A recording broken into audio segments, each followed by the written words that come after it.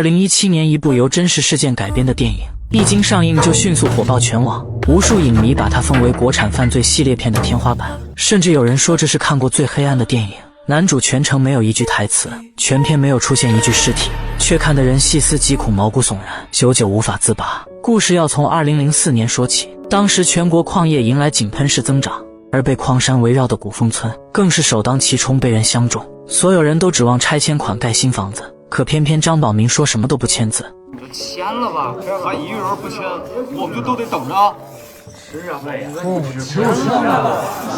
不吃亏。全村的人都在劝他，张宝明是个哑巴，不善言辞，脾气暴烈。可就当他准备离开的时候，屠夫走了过来。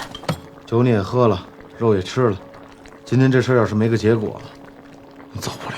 两人扭打在一起，屠夫身强力壮，把张宝明按到桌子上动弹不得。可就在这时，意外发生了，洋棒骨深深地扎进了屠夫的眼睛。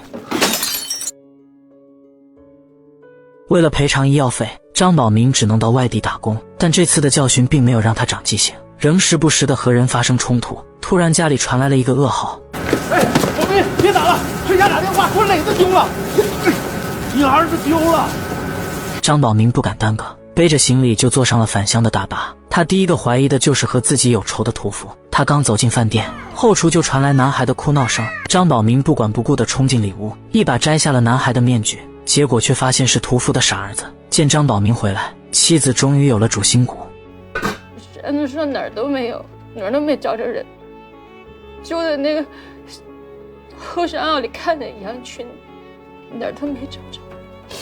张宝明先是站在原地犹豫了几秒，然后便拨通了学校的电话，然而对面却始终没人接听。男人专心地吃着西红柿，对身后的电话充耳不闻。他是当地实力最大的矿老板昌万年，这次来给学校捐了一栋教学楼。校长精心准备了欢庆仪式，结果却被昌万年拒绝了。他不想被媒体大张旗鼓的报道，毕竟能在这个行业摸爬滚打，没有谁的身上是干净的，更别说他还是其中的佼佼者。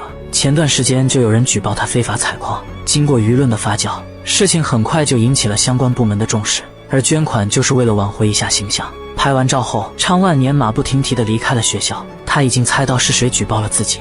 尝尝吧，这肉不错。我信佛，吃素。这个习惯可不好，羊也吃素。当听到昌万年要给女儿送肉，李总瞬间意识到了不对，他起身准备离开，结果却被拦住了去路。见钥匙上沾满了血迹，李总被吓怕了。你那事儿真不是我举报的，你别冤枉人啊！但这轻描淡写的话语根本无法平息昌万年的怒火。为了处理这件事，他不惜斥巨资收买知名律师做伪证，这才大事化小，小事化了。而且昌万年的怀疑也不是空穴来风。古风山里大大小小10多个矿，不是用我的车就是用我的设备，只有你跟我一点关系都不沾。手下端着肉一把一把往李总嘴里硬塞，昌万年拿着文件，你把字签了，就算你赔偿我的。采矿证是不允许倒卖的，犯法的。我不要你的采矿证，我让你把公司卖给我。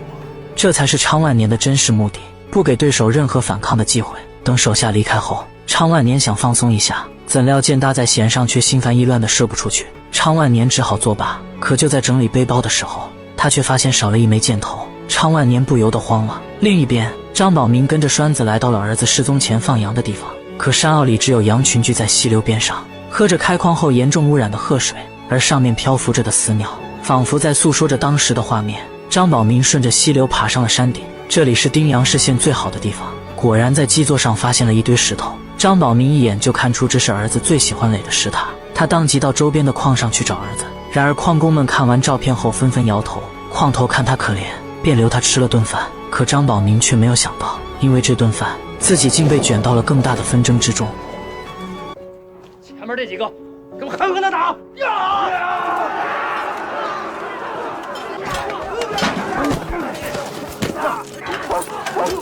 张宝明虽然不能言语，但他非常的仗义。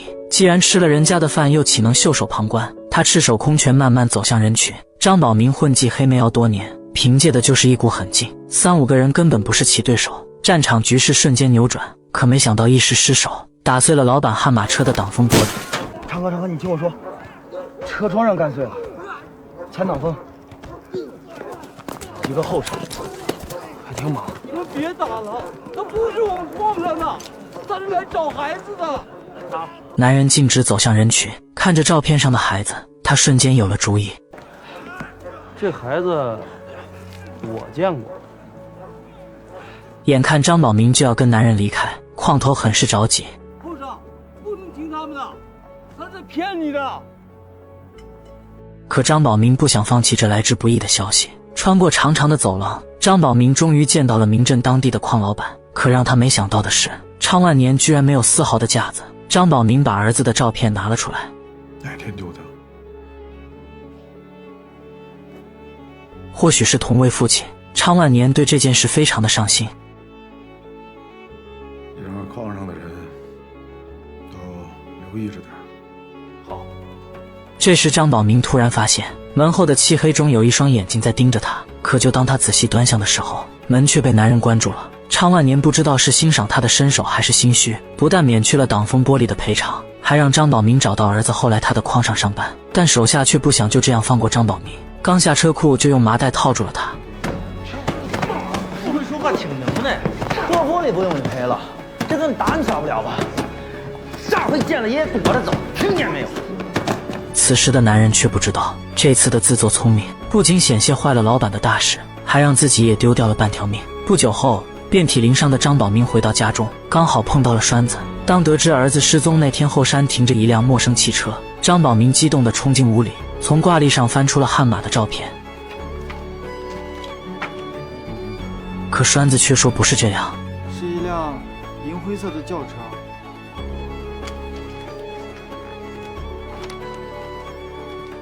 对，差不多是这样的，银灰色的。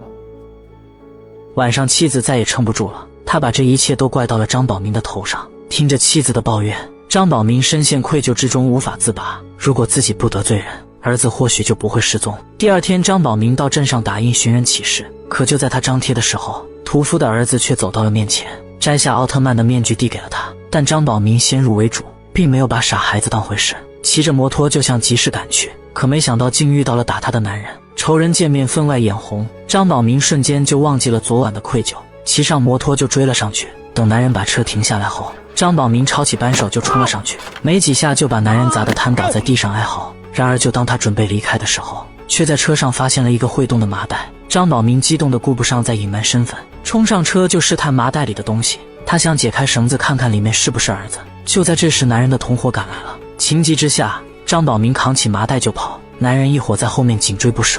张宝明找到一处矿洞甩掉了男人，可当他把麻袋打开后，却直接愣住了。只见里面居然是个小女孩，张宝明彻底绝望了。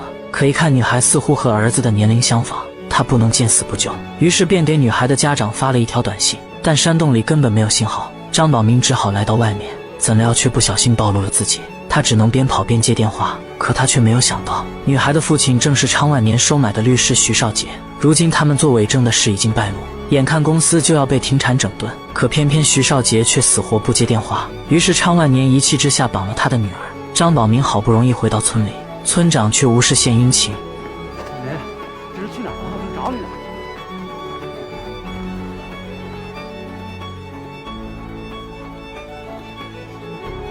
张宝明瞬间意识到了不对劲，对着村长就是一顿拳打脚踢。然而就在这时，男人一伙追来了，张宝明转身就跑，不敢有丝毫的耽搁。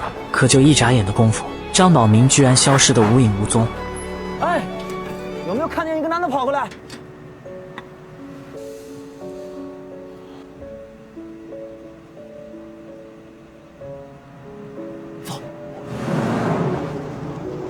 等男人一伙离开后，张宝明从后面坐了起来，他非常的疑惑，不明白屠夫为什么会帮助自己，但他也确定了一件事，那就是屠夫和儿子的失踪没有关系。晚上，屠夫将张宝明送到了村口，可他刚一下车就接到了男人的电话。张宝民，我实话告诉你啊，你儿子在身上，你要想见你儿子，你赶紧把那女孩给我还回来。张宝明彻底愤怒了，一想起门缝后的那双眼睛，他当即赶往昌万年的公司，而男人则是把情况汇报给了老板。本来昌万年并没有太当回事，可男人又自作聪明。昌哥，您放心，他肯定得把女孩还回来。我骗他，说他儿子在我这儿。昌万年顿时火冒三丈，抄起烟灰缸就砸倒了男人。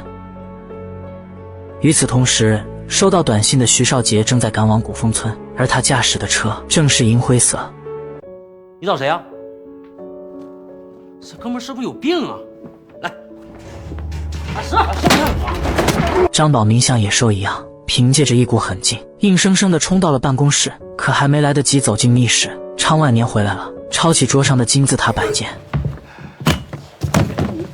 等张宝明醒来，双手已经被牢牢绑住。昌万年已经猜到了他的来意，于是便当众打开了那扇门。张宝明立马冲了进去，只见里面挂满了纪念品和弓箭，根本就没有儿子的身影。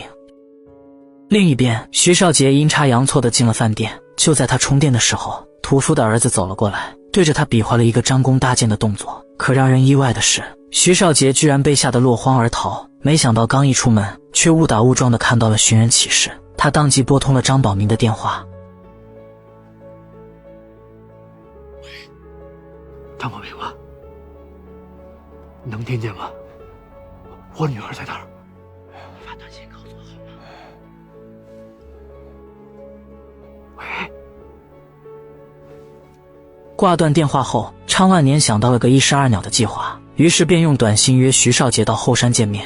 次日天刚蒙蒙亮，徐少杰的女儿醒来，她被黑漆漆的山洞吓哭了。突然黑暗中走出一个小男孩，他正是张宝明的儿子张磊。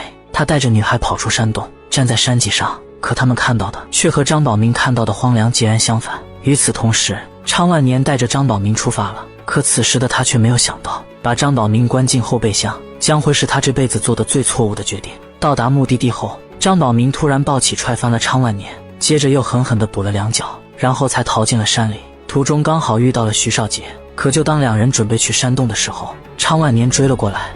把东西还给我，否则你再也见不到你女儿了。什么东西？证据。什么证据？你是律师，当然知道什么东西可以当做证据了。徐少杰非常的疑惑，不知道自己拿了什么证据。突然，他似乎想到了什么。他儿子丢了。我知道他儿子丢了。不知道是为了救女儿，还是为了弥补良知，徐少杰竟缓缓地挡在了张宝明的身前。别动，否则的话，别动！你还想杀了他？你不是证据吗？我就是证据！报警了你！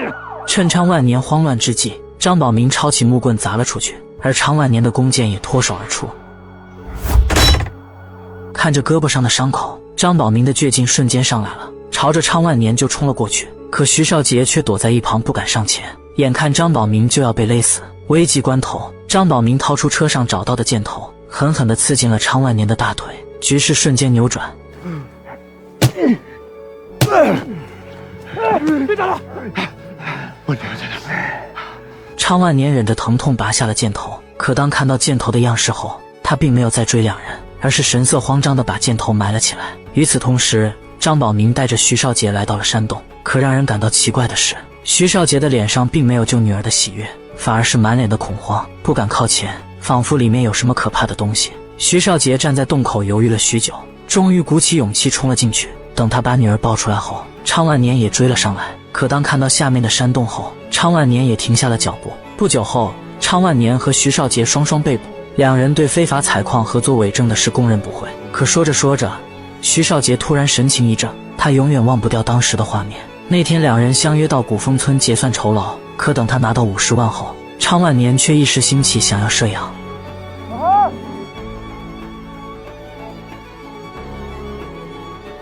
羊多少钱一只啊？突然回忆被打断，还有什么要交代的？